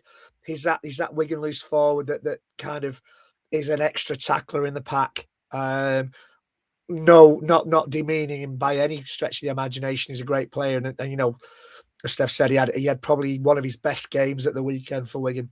But for consistency, for creativity, the other 2 players, I think I'd put them just ahead of him. Well, you learn something new every week. Greg likes dirty, and Steph likes Love Island. There you go. I'm a celebrity as well. Yeah. Oh well. I mean, look. I mean, let's just ask this question of you, Steph. If you were going to put them in order 3, 2, 1, or 1, 2, 3, let's do it that way. Who will be 1, 2, 3? One, of course, being in the dream team currently out of these 3. Well, I think the important thing, what you got to mention with Joe Mellor as well, is reinvented himself as a 13. Yeah. He was a 9 at Lee. I think he's played in the halves before at Salford. So to do that is exceptional. And also you've got to factor in as well that they're a team that are at the bottom of the table, but he's not looked. From with the competition he's played against, he's not looked out of place. A lot of the great things that Joe does get Bradford on the front foot. So for me, I'm going to put Mellor at number 1. Okay. And I'm going to put Ben Curry at number 2. But there's nothing between them. Absolutely nothing. And I wouldn't be surprised if many people pick Curry because he has been outstanding. I'll put Paddington at 3, but again, with another half of the season to go, I wouldn't be surprised if Paddington overtook both of them. He's got every chance. Reg, 1, 2, 3 for you. Yeah, Andy maybe pointing out Ben Curry was always loose forward. He actually started as number 6, Andy. So there you go. Second row as well. He's not always been loose forward. Row, so he was second row as well. But anyway, that's by the by. Carry on, Reg. Warrington. Say again. I said he's not always been loose forward because he's played second row. So he was second row for Warrington, then got moved to loose forward. But he started out as number 6 in his youth. I would not surprisingly go for Ben Curry. Have Joe Mellor second and Ollie Partington third. I would go Ben Curry at the moment, but the reason, and I just want to draw your attention to the bottom stats, which is carries and actual meters made. And I think at this moment in time, Ben is being complete. Now that could change as the season goes on. I think Mellor, 3 games less, his strike powers, he really is playing, as Steph rightly says, incredibly well. And if he carries on and can stay fit from now until the end of the season, he probably will be the 13 in the dream team. That said, after 14 rounds, I just think when you look down the stats of Ben Curry there, both sides of the ball, in terms of, it's always nice if they ice the tries and they ice the assists, but as a loose forward, you're that linchpin, you're that conduit for your halfbacks. You're not necessarily on the last pass. You're not necessarily on the try. It's about being involved in the game, the meters you make, and being good in D. And I think that Ben Curry on both sides of the ball this year, thus far, at this stage, just gets it for me. But I agree with you both, and I agree with Steph in terms of Mellor. I think if Mellor now can stay injury-free and continue the form that he's in, it could be that a player that's in the bottom 3 or 4 teams in Super League somehow is in the dream team, and it'd be richly deserved. Right, let's get into very, very briefly the one that we're all waiting for this Thursday. What a game. The battle of the top 2. Warrington Wolves taking on the Leeds Rhinos. It should be an absolute belter. Boys, I bring you back to that windy celebration of Super League in round number 6, where Warrington got off to an absolute flyer. Harrison very nearly scored. There's loads that went on in that first half. Warrington just didn't ice enough moments. Then they conceded tries at the end of that first half that swung the balance to the Rhinos. The Rhinos came back well, albeit it was very, very close at the end. It was a wonderful, wonderful game for that anniversary. I'll come to you, Reggie, in a moment, because, of course, you've got a bit of skin in this one. But, Steph, that game, despite the conditions, lived up to expectations. We want the same again on Thursday night, don't we? Well, yeah, two sides that are showing some really good form, really good performances, beating top 6 sides.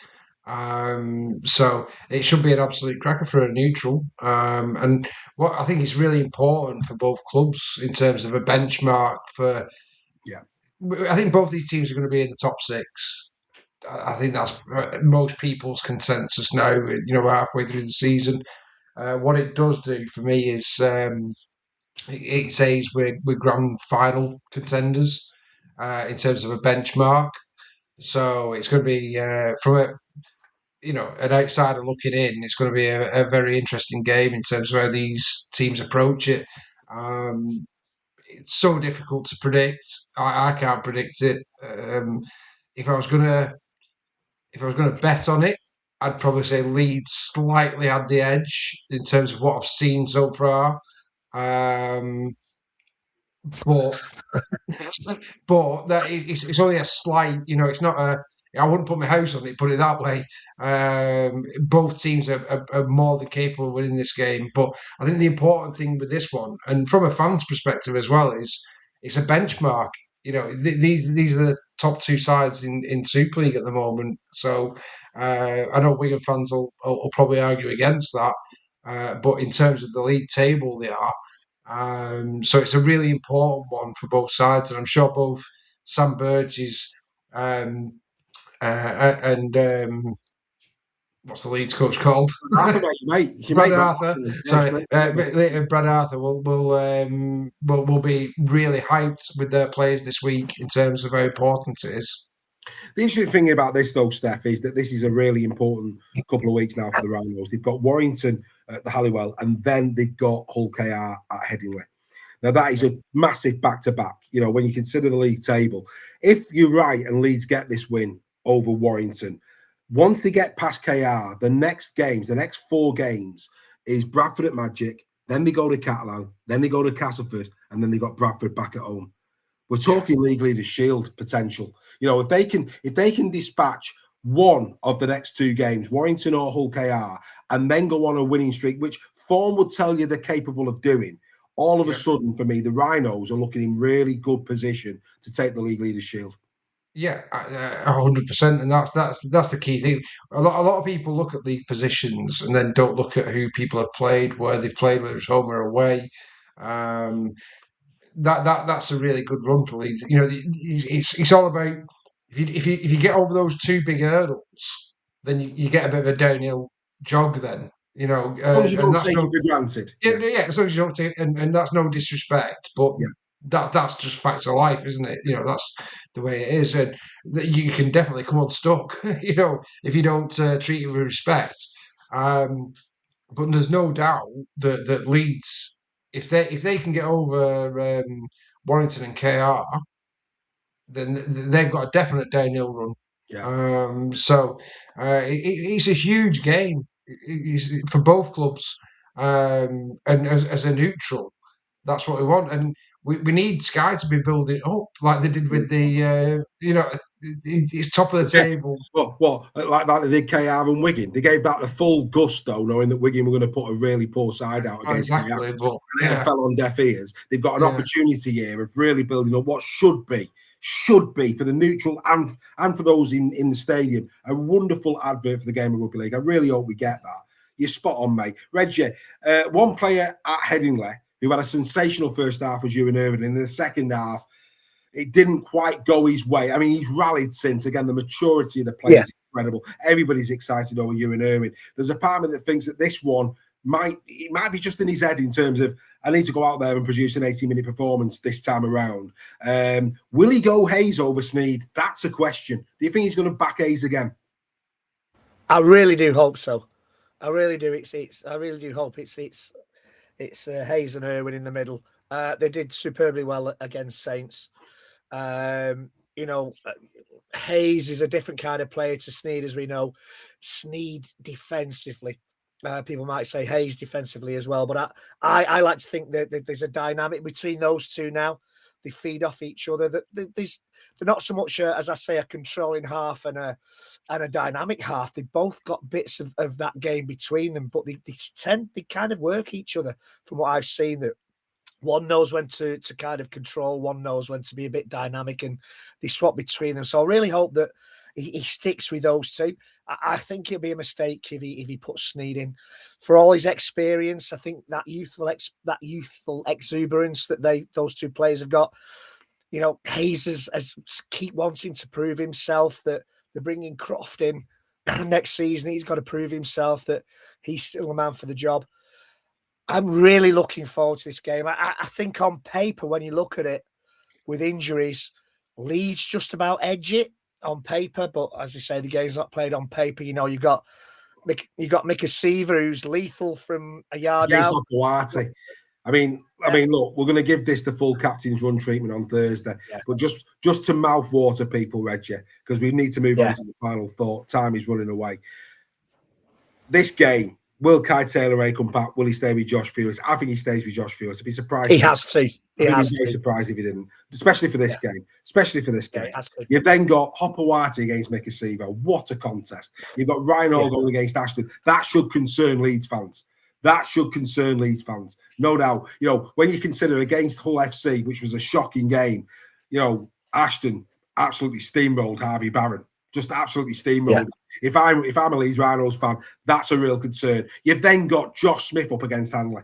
Two informed centres going toe-to-toe. What a contest that is. I mean, we could go on. It's an absolute barnstormer to kick off. And then on Friday, we've got the Leopards against KR. It couldn't get better, could it? All of that is coming on the captain's run. It's going to be absolutely an incredible captain's run with Lauren. Make sure you're there, 6 p.m. this Thursday. Watch it on YouTube. Listen on Spotify and on Apple if you go into the Warrington game. I don't know what's going on in the chat, but something's made. Apparently my gum shield's gone off. I don't Has know. Reggie's gum shield gone off? Has Reggie's gum shield gone off? That's nice. Oh, Well done, that Nige. means, Nige. Well done, Nige. You know. And for those Leeds Rhinos fans, remember, it is, of course, the opportunity for you guys to come to the home of Super League Raw, the Bluebell in Warrington, from 5:45 p.m. Award-winning food, no queues for the bar. It's a great, great atmosphere. It's a rugby league atmosphere, no blaring music, an opportunity to discuss the great game of rugby league with like-minded fans. We've got award-winning food. We've got live music. We've got the pre-game show with Super League Raw. If you're a Leeds Rhinos fan, get yourself to the Bluesbell on Horse Market Street this coming Thursday night from 5:45 p.m. It's only a 10-minute walk to the ground. From 6 p.m. you can have free parking at Golden Square, which is where the Bluebell is. Free parking, secure parking. Then you walk down in unison, 10 minutes down to the ground for the great game of rugby league. Make sure you come and join Super League Raw in the Bluebell. You'll love it. You'll be able to meet us all. You'll be able to get involved in the show as well. On behalf of Steph, on behalf of Mr. Nixon, I'm sure they'll salute you. It's been a great, great evening with your two mates. But last week we had the Final Four. Last week they had the Final Four and it went down really well. So it's something that we're thinking of keeping. So to go out, we're going to go with the Final Four. We hope you enjoy this week's Final Four. I think there's a section of fans that might find this one a little bit tough to take, but you know me, I always call it straight. And before you start going all like, trolley, just think about what I've said. Think about what I've said before you have that knee-jerk reaction. Because I think there might be some fans that have a knee-jerk reaction. Don't do that. Just listen to what I've got to say. And then maybe take a breath. From all of us, we hope you've enjoyed the show. Here's the Final Four. We'll be back next week, 8 p.m. for more Super League Raw Weekly, and two people are coming to Magic with us. From us all, good night. Here's the Final Four. This week's Final Four comes from the Brewdog Stadium. And why? Because apparently 14 games into the season, Paul Roller is no longer the saviour of Saints. He's public enemy number one on the terraces. That's 14 games, folks. Not a season. 14 games. I mean, that's barely enough time for some of these supporters to pronounce Daniel Saluka Fafita correctly for the very first time. And what are they doing? They're already online now, demanding that Paul Rowley is relieved of his duties for an Australian they haven't even heard of or identified at this time. It's unbelievable. At the start of the season, Paul Rowley, by most, was welcomed with open arms. And even to the outside world, it looked like a really good appointment. And it probably still is. But social media has gone wild. He's apparently underqualified. He's out of his depth and should be replaced by an NRL assistant coach because nothing says careful, strategic planning, quite like appointing a coach based entirely on the fact that he once stood next to a successful NRL head coach. It's the rugby league version of believing you can become a surgeon because you've watched Casualty. I mean, look, Lee Briers, he stood next to one of those coaches, and how many people want him sacked as well? It's unbelievable, folks. Paul Rowley is not the enemy. Everybody believes outside of Saints, and a lot of people within Saints believe that Paul Rowley is a quality coach. He just needs time. But for most, well, quite frankly, their entitlement is unbelievable, and it is staggering at this time. This is a team that spent years now building a squad that resembles a testimonial dinner. Some of the roster, quite a lot of them, are on the wrong side of 30 in a sport where, age isn't a number. It's a tackle count. Rugby league's brutal. It takes its toll on the body. There's no hiding place from it. Father Time doesn't miss tackles. He doesn't get suspended. He doesn't need video referee interference. He just keeps marching forward, collecting hamstring injuries, and of course, extending recovery times as he goes. Yet even the injuries are being blamed on Paul Roller. It's quite remarkable, isn't it? The squad has struggled all year to field a settled side. Every week, the team sheet looks like he's having to draw names from a raffle drum. Why? Because of injuries. Disruption, of course, comes with that, and it's a constant reshuffle. But by God, they're still in the top six, folks. And apparently, that's evidence that Paul Rowley is failing. I mean, by that logic, if a pilot landed a plane with one engine on fire, he gets sacked for arriving 5 minutes late to the airport. Then there's recruitment. For years, fans within Saints and outside have said their recruitment has been poor. Now, let's take a quick look at Paul Rowley's signings up currently since he's been in the role. Jackson Hastings. Nobody's telling me at Saints that Jackson Hastings isn't a great player. When he's on the field, for me, they look better. Yes, he has a couple of brain explosions. He needs to sort out his discipline, but there's no doubt about it. Jackson Hastings is a quality signing. David Clemmer, he's not been the enemy. You know, he's very experienced. He's had a real steel and grit down the middle. They've been unlucky. Jacob Host, I think, was going to be a great player. Unfortunately, they've lost him to injury. Nene McDonald, he's been there, done it again, has succumbed to injury this year. And then, of course, you know, you look at the players that were already in that dressing room to begin with. It's not Paul's fault that the likes of Kyle Felt, Curtis Simmons are coming to the end of their careers. And quite frankly, again, from a standpoint of their discipline, they're really, really poor and often cause more problems for Saints than actually the solutions that they bring. And then there's the players that fans are too easy. We'll say it's too easy to shoot on. The likes of Dion Cross. I mean, Dion Cross is a great player, gives 100% every game. You ask Hull KR what they think of Jack Broadbent. I put Dion in the same category. You know, he just comes in, plays whatever position he wants and plays it really well 100% every single week. He's not the enemy. And then there's Joe Shorrocks. It's dead easy, isn't it, to pick on Joe Shorrocks. It's not his fault he's not Morgan Knowles. It's not his fault that perhaps, you know, he shouldn't be in the starting 17, but through circumstance, he's having to be in the starting 17. And on his day, he's had some good performances this season. But, you know, it's dead easy to go and shoot on players like that and not actually hold some of the more senior pros to account. The narrative at the moment is growing all the time. Paul Rowley is not good enough for Saints. It's remarkable. Saints fans have reached that stage of success-induced amnesia where finishing outside of that first place is treated like a humanitarian disaster. The expectation isn't simply to win. The expectation is to dominate every week. With every player fit, every signing perfect, and every youngster becoming a superstar the very next day, and every decision Paul Rowley makes to produce a miracle on the field before a fan has even sat down and took their first bite of the hot dog. Now, look, maybe Paul Rowley will ultimately succeed, maybe he won't. I haven't got a Scooby-Doo. I haven't got a crystal ball. But if you're judging a coach after 14 games with a revolving door team selection, an ageing roster, and a club still dealing with recruitment decisions made long before he arrived, you're not analysing Rugby League, you're not analysing St Helens, and you're certainly not analysing the qualities of your coach in Paul Rowley. You're looking for a scapegoat. That's what you're doing. And Rugby League has too many battered bodies already without throwing Paul Rowley under the bus as well at St Helens. Of course, my favourite part of all of this is the revisionist history that is out there. The very same people who welcomed Paul Rowley like he'd arrived carrying the Holy Grail are now acting as if they always knew this was going to end in a disaster. I said from day one, they're saying, really? Funny that, because from what I remember, day one involved a lot of welcome posts, a lot of excited interviews, a lot of photos of people proudly, you know, putting the scarves around their shoulders and declaring this was exactly what Saints needed, a fresh start, long live Paul Rowley. And now those same supporters have developed the sporting equivalent of a selective memory. Apparently, they've been sceptical all along. It's amazing. If hindsight generated electricity, St Helens could power the whole of Merseyside at this time. Now, before these same people decide to troll Super League Raw, perhaps you might want to just go back and delete those welcome posts from pre-season before you do. We'll be watching. We hope you've enjoyed this week's Super League Raw. We'll be back for more next week. Bye for now.